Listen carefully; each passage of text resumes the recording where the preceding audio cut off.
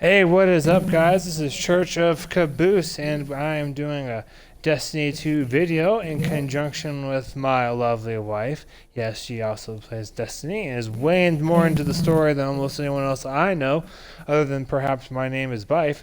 But anyway, she's joining me for this because we're going to talk about Lumina and why we think it's not living up to expectations. Because the damage on it seems to be pretty meh.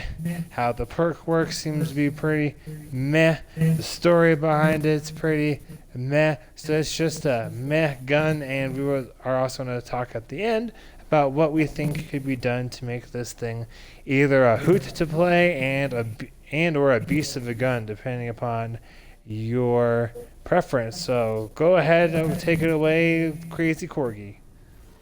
Alright, hey everyone. So, the whole purpose behind Lumina is basically so that it is the opposite of Thorn. So, I find it incredibly weird that it doesn't have a lot of, what you would think is being the opposite of Thorn is. Thorn has a pretty long story, which if you're not caught up with, a man named Dredgen Yor, who used to be Razel Azir, forged the gun on the moon by using hive bones and using the hive magic as a weapon. So he infused his own gun to make Thorn. And he kind of has a history with the last word gun. And eventually, the guy with the last word, Shinmalfer, ends up taking him down. So, earlier in this game, we got to forge Thorn, or our own, copy of Thorn, by, basically trying to do the exact same thing that, that Dredgen Yor did. So we went along the quest and everything, stealing light from other guardians and whatnot, and trudging down a fairly dark path in order to forge that weapon. So with this whole quest, if you pay attention to the lines of text and everything as you're going through the quest, it makes it pretty clear that you're basically doing the exact opposite. You're collecting light and you're taking Thorn and you're forming it back into Rose by collecting these orbs and essentially searing off the corruption that we put into it. And that's how we make Lumina. So for me, with Thorn ripping our enemies apart with the darkness and the powers of dark, it would make more sense as the opposite of that gun to be ripping it apart with light. So instead of us supporting and buffing other guardians, which is cool in concept, I don't think it's working out as well as Bungie intended it to in this purpose. I think it might need a couple more kinks worked out before they try to make a bunch more support type weapons. But how cool would it be to just be playing along and just using a gun that just rips apart your enemies with the power of the light? Not any particular Like that Gaul dude, right? Yeah, like Gaul in D1 when the Traveler woke up and was like, "All right, this is enough. You mean You cannot harness me." Yeah, not Destiny 1, Year 1 of but D2. year 1 of D2 at the end of the Red War. But essentially what ends up happening is the Traveler starts bursting him full of light, and he's very slowly starts the light just rips him apart because he's not worthy to wield it. So it would be so cool because we're this huge guardian that is taken on so many extreme challenges, defeated Oryx, defeated his son Crota, took back the moon, just defeated a freaking wish dragon.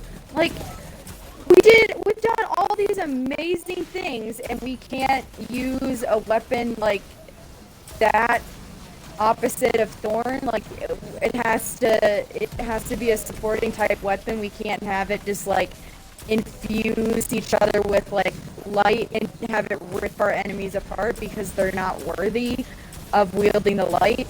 I think that would be so cool, and it would be such a neat effect to see, similarly to how like when you use Thorn, things turn green when you shoot them, or when you use La Monarch, things turn purple.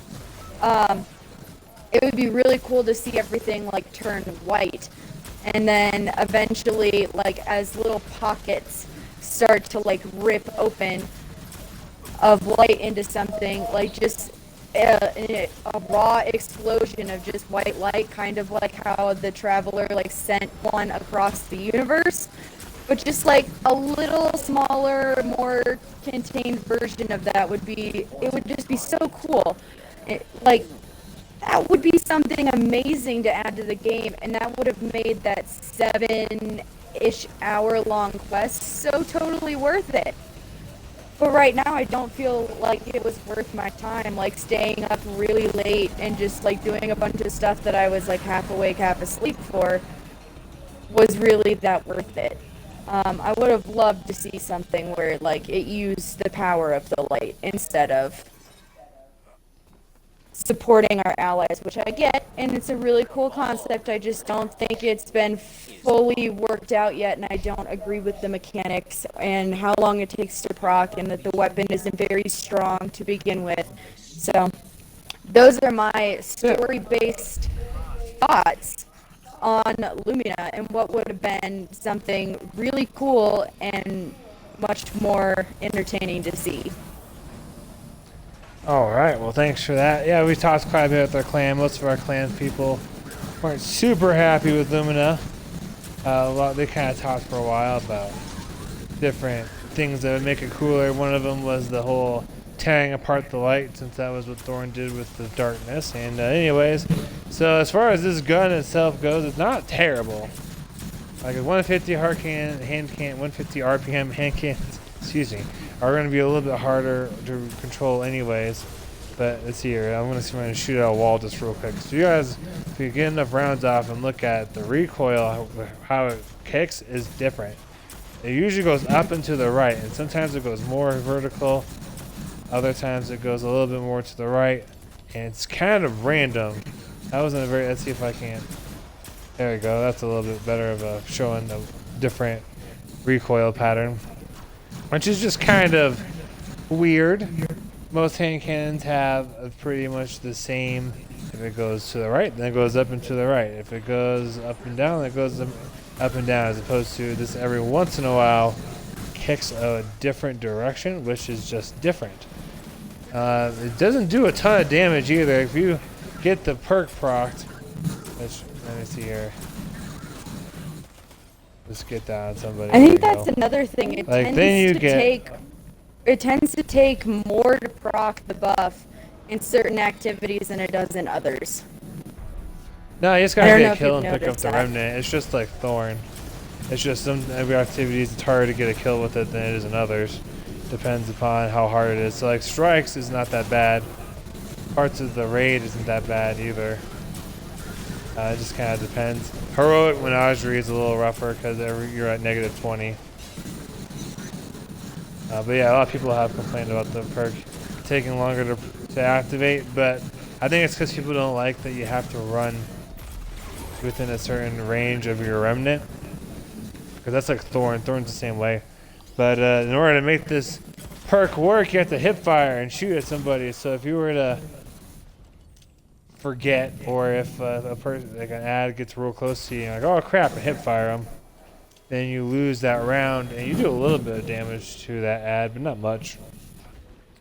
But this gun's pretty good when you have the perk procs, because you get a benefit from it too. Here you go. So like I can end up one-shotting a lot of these ads if I have the perk procced. But otherwise, it's not super great. It's not like Rose where it has range for days or anything like that. So it's just not a fantastic hand cannon unless you've got some pretty specific circumstances with it. It's definitely kind of a mess around with it kind of a thing. And unfortunately, a lot of people were pretty bummed about the Lumina. And then there's also the handful of people that absolutely are getting sick and tired of exotics being hand cannons that come out and are like, why can't we get a quest for something other than an exotic hand cannon? Because let's see here, since I think January, we've already had 3. We had Last Word, Thorn, and now Lumina. And we've had the Outbreak, which is a pulse rifle. Then there's Malfeasance since before January. Since January, Malfeasance was a pulse rifle, so that was one. It wasn't a hand cannon. And then off the top of my head, that's about it. The Truth. So you had 3 hand cannon exotic quests and 2 for other weapons. And so people are also just getting frustrated with that. I happen to like hand cannons for the most part, so I don't mind there being lots of hand cannons. But at least make them pretty great. And then there's the whole deal where the Lumina doesn't have nearly as much story with it or anything like that. Like Last Word and Thorn were pretty epic as far as their story and all the background that goes into it. Like if someone was decided to make Destiny into a movie, like the Lord of the Rings, like a movie series, they could probably do a whole movie about Last Word and Thorn, and with those two guys. They probably wouldn't call it Last Word and Thorn, but it's kind of like with Shin and Verse Malphur or whatever. A rose and a thorn. Dredgen guy. Yeah, a rose and a thorn or something like that. It'd be kind of cool.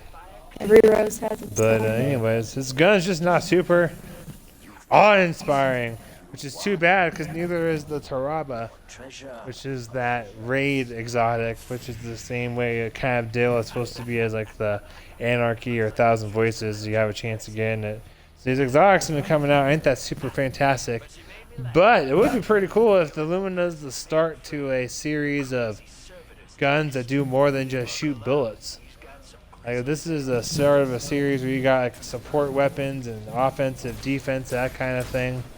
I think that'd be pretty nuts, and that'd bring a whole other like RPG element to Destiny, which is maybe what they're going for, because they have said they're trying to embrace more of the RPG aspect from it in one of those Shadowkeep video docs, or vid docs, however you say it. Docs. So anyways, docs, yeah, there you go. Anyways, thank you guys so much for watching.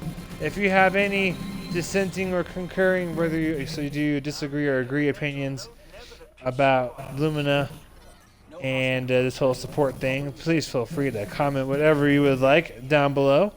And if you appreciated this video for the information for whatever reason, I would love it if you guys clicked the like button.